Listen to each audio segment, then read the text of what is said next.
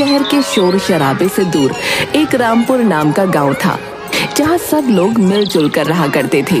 वहीं एक संदीप नाम का लड़का रहता था, जो गांव के ही स्कूल में पढ़ाया करता था। राम राम मंगल काका, कैसे हैं आप? अच्छा हूँ बेटा, प्रभु की कृपा है। तू कहाँ जा रहा है संदीप? अरे मंगल काका, रोज स्कूल ही जाता हूँ, और कहाँ जाऊंगा। अच्छा, ठीक है भाई। वैसे तुझे पता है, आज मेरा बेटा जो है दिनेश, वो कई सालों बाद शहर से वापस आ रहा है। अरे वाह, ये तो बड़ी अच्छी बात है। दिनेश को गए हुए कई वर्ष हो गए। चलो, आपका भी कितने वर्षों का तब काम आया। अब तो आप उसके आने की तैयारी करिए। अरे बेटा, क्या तैयारी करूंगा?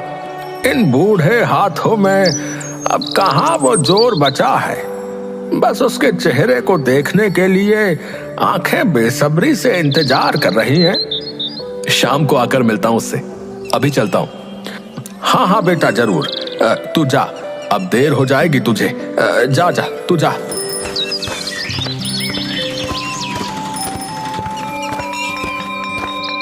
संदीप स्कूल पहुंचता है तो वहां राजू नाम का एक लड़का उससे पूछता है, सर, मुझे एक सवाल पूछना है।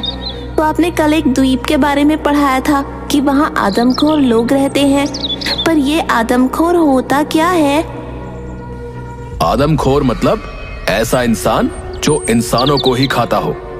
पर ऐसा कैसे हो सकता है? कोई इंसान भला दूसरे इंसान को कैसे खा सकता है? क्यों नहीं खा सकता? जब इंसान दूसरे जानवरों को खा सकता है तो इंसानों को क्यों नहीं? तुमने बिल्कुल सही कहा प्रेम, पर सामान्यतः ऐसा नहीं होता है। उस द्वीप के लोग तो बाकी दुनिया से कटे हुए हैं, इसीलिए ऐसा है। तो मतलब यहाँ तो कोई आदमखोर नहीं होगा ना? नहीं राजू, यहाँ ऐसा कुछ नहीं होता है। अच्छा, बातें बंद करो और किताब निकालकर पढ़ना शुरू करो।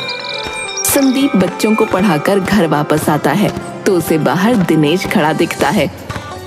अरे कैसे हो दिनेश, आखिरकार आ गए तुम हैं।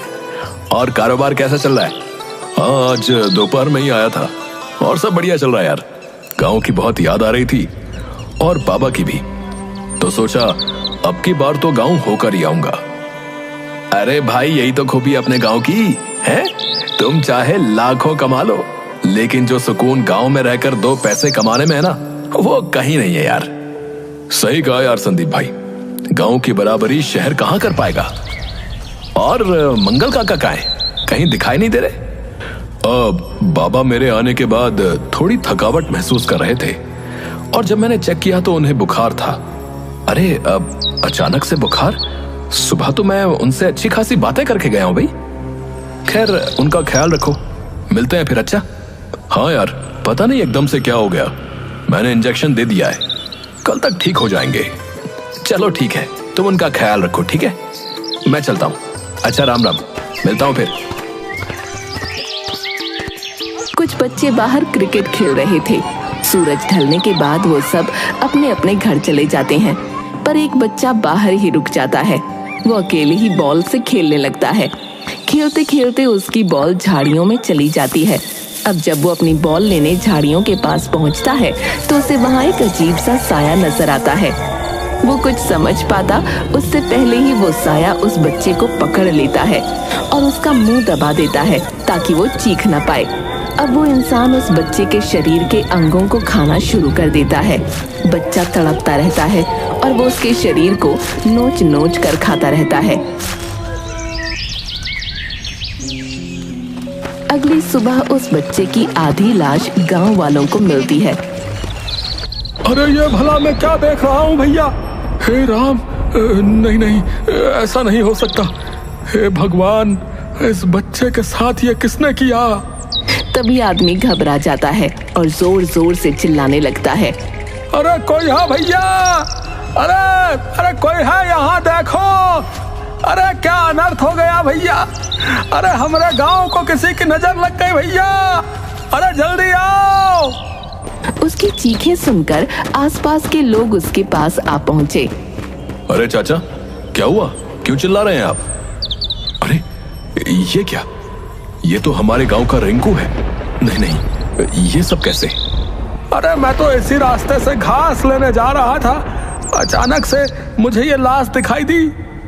देखने में तो ऐसा लग रहा है जैसे इस बच्चे के शरीर को किसी जंगली जानवर ने खाया है। हाँ, तुम सही कह रहे हो दिनेश, लगता है जंगलों से कोई तेंदुआ या बाघ आ गया है। हमें वन विभाग को खबर करनी चाहिए। साथ ही बच्चे की लाश को पोस्टमार्टम के लिए भी भेजो। अब उस दिन जब संदीप स्कूल पहुंचता है। बच्चों, जैसा कि आप सबको पता है, गांव में आज एक हादसा हुआ है, इसीलिए सब बच्चों को होशियार रहना है, समझ गए? और कुछ दिनों के लिए बाहर खेलना बंद कर दो, स्कूल से सीधा घर चले जाना, समझ गए? तभी बच्चे एक बड़ी अजीब बात कहते हैं। सर, कहीं रिंकू को किसी आदमखोर इंसान ने तो नहीं खाया है? अरे राजू, मैंने तुम्हें बताया था ना कि यहाँ आदमखोर इंसान नहीं होते हैं, उसे किसी जानवर नहीं मारा होगा और घबराने की जरूरत नहीं है। वन विभाग और पुलिस तफ्तीश कर रही है, जल्दी ही पता चल जाएगा कि इसके पीछे कौन है, ठीक है? सर, आदमखोर इंसान इसके दिमाग में बैठ गया है। हाँ, सही कह रहे हो। सब बच्चे हंसने लगते हैं और फिर राजू कुछ नहीं बोल पाता। उस रात जब राजू अपने पिता के खेत से वापस जा रहा होता है तो उसको भी झाड़ियों में कुछ आहट सी महसूस होती है।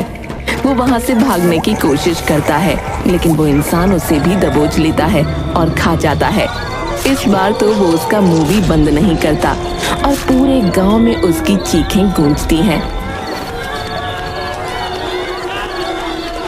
पर गांव वालों को मिलती है तो सिर्फ उसकी आधी लाश। हाय मेरा बच्चा, राजू, राजू उठ मेरे लाल, ये क्या हो गया? अब मैं कैसे जीऊंगा? कोई तो मेरे राजू को उठाओ, ये कुछ बोलता क्यों नहीं?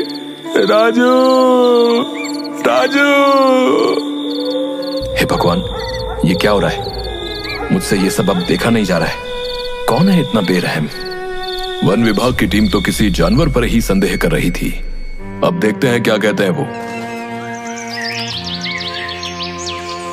अगले दिन वन विभाग की टीम आती है और पूरे एरिया में खोज करती है, लेकिन उन्हें वहां किसी भी जानवर का कोई निशान नहीं मिलता।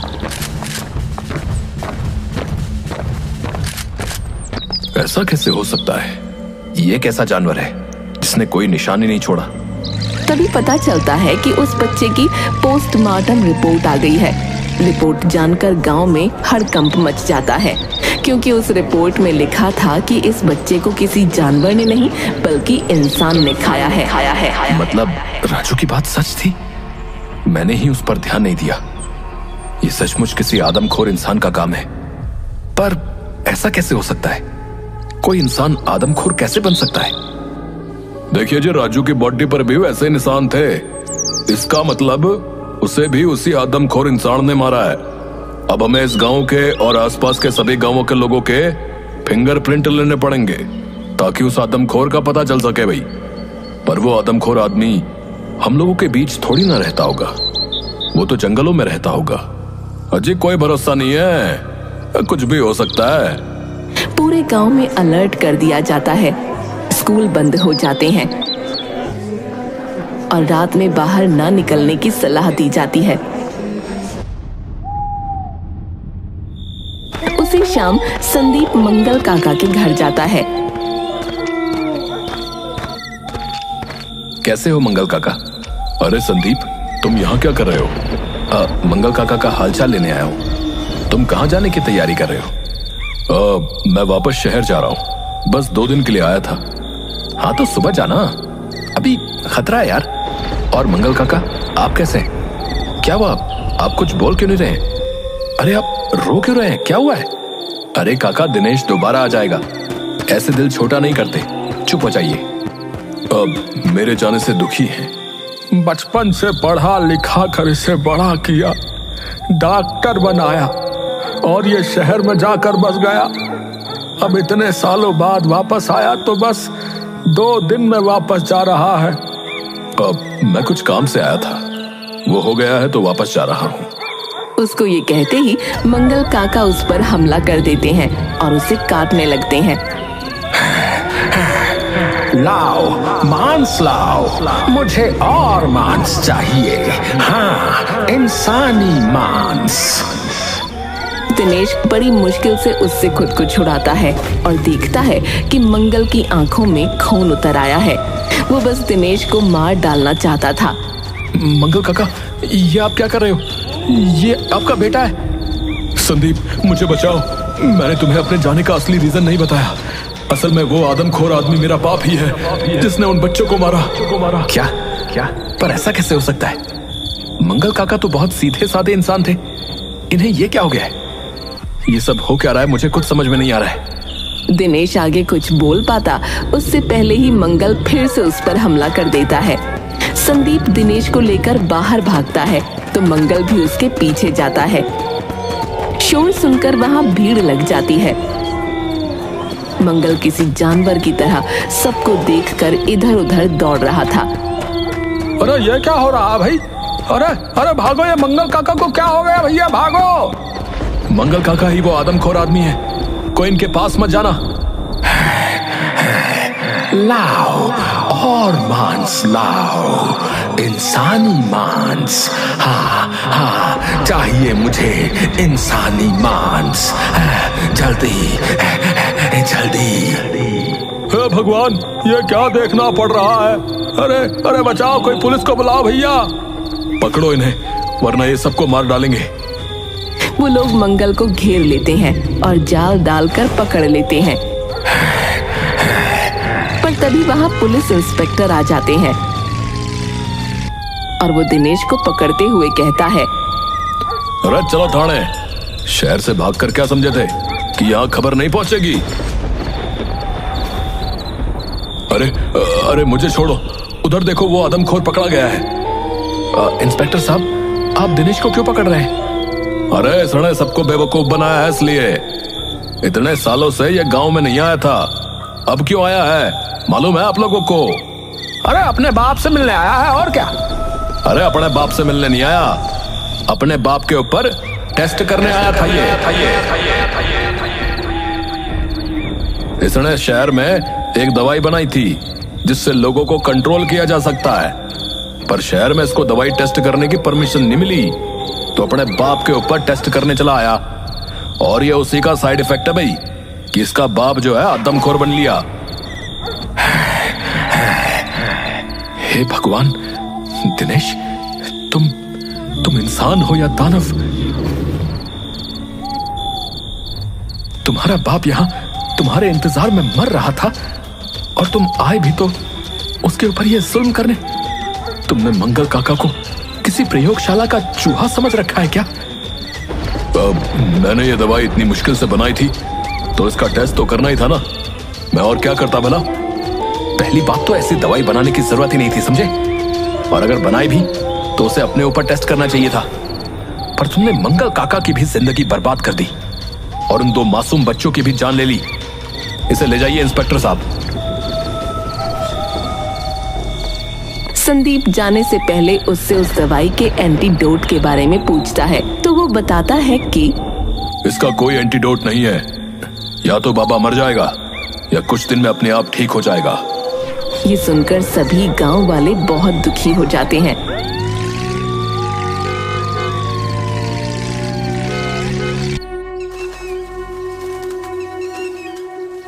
और आखिर 1 हफ्ते बाद मंगल की मृत्यु हो जाती है। लोगों को यकीन नहीं हो रहा था कि कोई बेटा इतना भी स्वार्थी हो सकता है।